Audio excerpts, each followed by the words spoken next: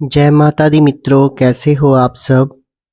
बहुत दिनों के बाद आज वीडियो बनाने का मौका मिला है क्योंकि हम नीलांचल पर्वत माँ कामाख्या के दरबार में चले गए थे और वहाँ कुछ दिन बिताने के बाद अपनी साधनाओं में हम वहाँ संलग्न थे।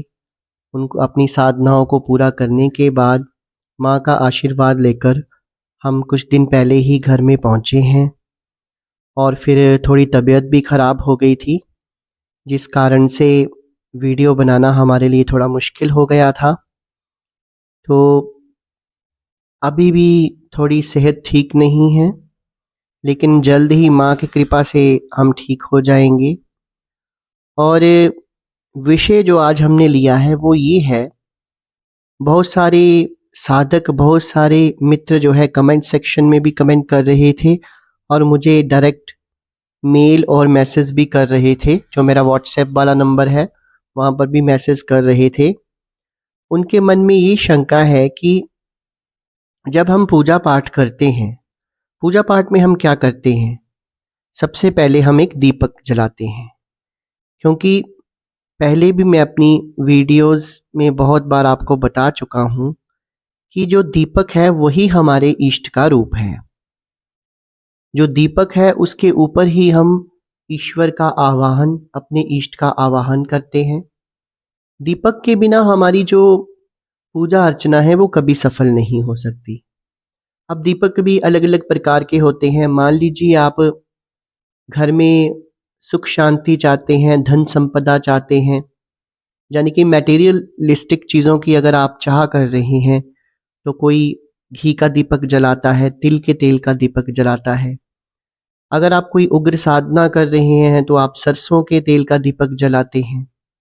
तो अलग अलग तरह के दीपक होते हैं। दीपकों की जानकारी तो मैं पहले भी दे चुका हूँ, लेकिन दीपक के ऊपर भी एक डिटेल वीडियो हम बता देंगे कि दीपक कैसा होना चाहिए, किस तरह का दीपक आप जलाएंगे तो आपको किस तरह की एनर्जी जो है वो मिलेगी। दीपक क्यों जरूरी है, सुबह शाम अगर घर में 2 वक्त अगर दीपक जलता है तो जो हमारे ईष्ट हैं उनकी एनर्जी जो है वो पूरे घर में फैल जाती है, जिससे नेगेटिविटी का तो कोई मतलब ही नहीं है कि वो आपके घर में रहे। तो दीपक का पूजा पाठ में बहुत अधिक महत्व है। लेकिन अब होता क्या है कि जब हम दीपक जला लेते हैं उसके बाद में हमने, ताकि थोड़ा जो आपका पूजा घर है, जहाँ पूजा रूम है या आपका जो घर है उसका माहौल थोड़ा और पॉजिटिव हो, उसके लिए हम फ्रेगनेंस के लिए धूप वगैरह जला देते हैं या फिर अगरबत्तियां जलाते हैं। अब धूप जलाना, अगरबत्ती जलाना ये थोड़ा साइंटिफिक भी है, क्योंकि अगर वैसे तो मार्केट में अब बहुत सारी मिलावट है, पर अगर अच्छे तरीके से धूप अगर बनाया जाए, उसमें जैसे सिनेमम डलता है, दालचीनी भी डलती है, और जैसे जो फूल हैं उनका सेंस डलता है ना।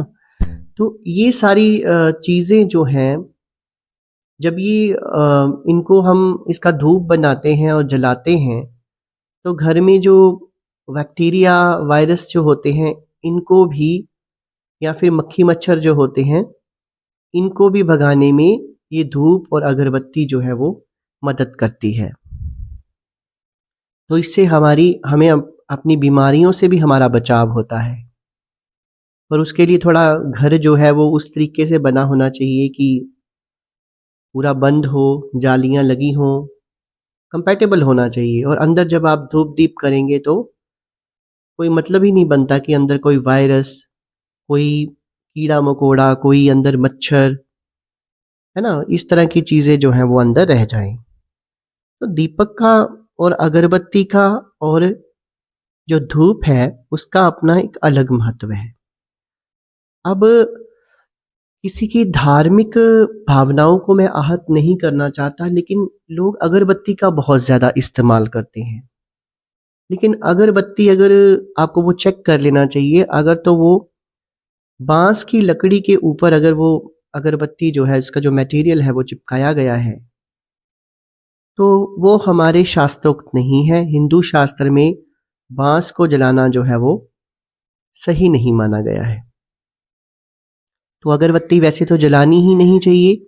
हम तो कभी अगरबत्तियों का इस्तेमाल करते ही नहीं हैं, क्योंकि ऊपर अगर लिखा भी होगा कि लकड़ी ये फलां लकड़ी से बनी है, तो इस चीज़ की कोई गारंटी तो है नहीं। तो बाँस जलाना जो है वो, अगर आप बाँस को जला रहे हैं तो वो बहुत ही अपशगुन भी माना जाता है और उससे घर में दरिद्रता फैलती है। तो आप कोशिश किया कीजिए कि कोई अच्छी खुशबूदार कोई धूप ही जलाएँ, जिससे घर का वातावरण जो है वो थोड़ा-सा चेंज हो। अब जो मेन हमारा विषय था कि ये जो अलग-अलग प्रकार के मार्केट में धूप आते हैं, अगरबत्तियाँ आती हैं, अगर आप अगरबत्ती जलाते हैं, अगर आपके गुरु ने बोला है तो आप जलाइए, मैं उसको रोकूँगा नहीं। लेकिन मेन जो प्रश्न है वो ये है कि जैसे हमने दीपक जलाया पहले, तो क्या उसी दीपक के साथ हम धूप को जला सकते हैं, या उस अगरबत्ती को उसी की दीपक के साथ, उसकी लौ के साथ हम जला लें? क्या ऐसा शास्त्रोक्त है? क्या ऐसा करना चाहिए? तो इसका जवाब ये है कि बिल्कुल नहीं।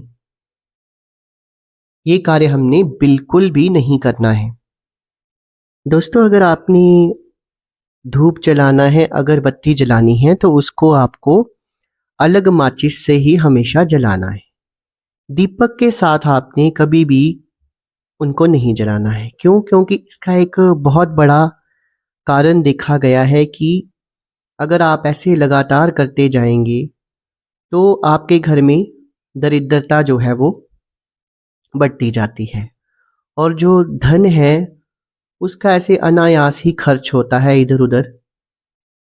मतलब कहने का मतलब ये है कि वैसे तो धन खर्च करने के लिए ही है, अपनी ज़रूरतों को पूरा करने के लिए ही है, लेकिन वो अनायास ही इधर उधर लगना शुरू हो जाता है। जहाँ पर आपके 10,000 खर्च होने हैं, वहाँ 20-30,000 फालतू में खर्च होता है और निकलता कुछ नहीं है। धीरे धीरे घर में जो है वो दरिद्रता जो है वो बढ़ती जाती है।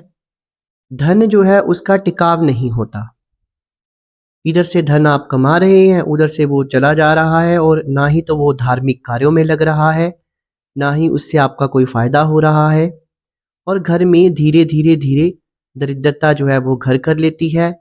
फिर बिजनेस भी आप जो है आपका धीरे धीरे ठप होना शुरू हो जाता है, उसमें भी कोई मुनाफा नहीं होता। तो बहुत सारी परेशानियां जो हैं आपको घेर लेती हैं। आपने ऐसे देखा भी होगा करके, क्योंकि ये जो हमारा दीपक है ये इष्ट स्वरूप है। तो आपने जब भी दीपक जलाना है, तो उसके साथ धूप और अगरबत्ती को नहीं जलाना है। दूसरी गलती हम लोग क्या करते हैं, कई लोग क्या करते हैं कि ऐसे अ, जैसे मतलब ये धूप जलाया, अगरबत्ती जलाई, फिर हाथ के साथ उसको बुझाते हैं।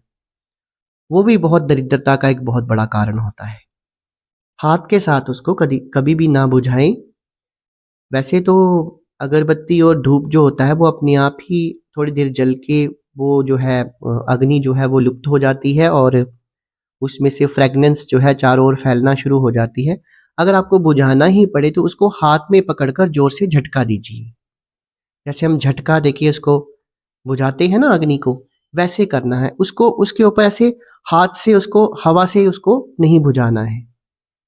वो भी एक बहुत बड़ी नेगेटिव चीज़ है, उससे भी घर में दरिद्रता आती है।